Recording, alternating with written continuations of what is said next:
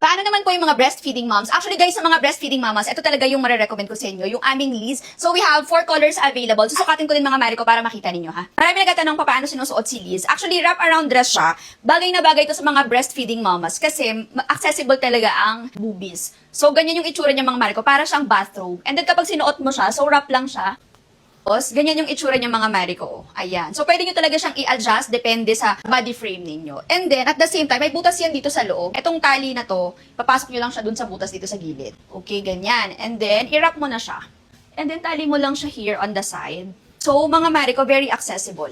Ayan. O, diba? And then, if medyo masikip, luwagan mo lang ng konti dito. I-adjust mo lang. So, this is how it looks, mga Mariko. And ito talaga yung nire-recommend ko sa mga breastfeeding moms. So, super cute niyan. Napakaganda. At the same time, ang ganda rin ng fabric nito, ha? Premium chiffon ang fabric nito. And meron na din siyang inner lining. So, kahit na naka-outdoor ang graduation, pwedeng-pwede mga Mariko, hindi siya mainit. Kasi very breathable. And at the same time, yung sleeves nito ay garter din siya. So, this is how it looks. So, for mga Mariko, 5 colors na lang yung available. So, we have mine, Liz Red sa suot ko. Mine, Liz Navy Blue for this one. Mine, Liz Navy Blue. Mine, Liz Army.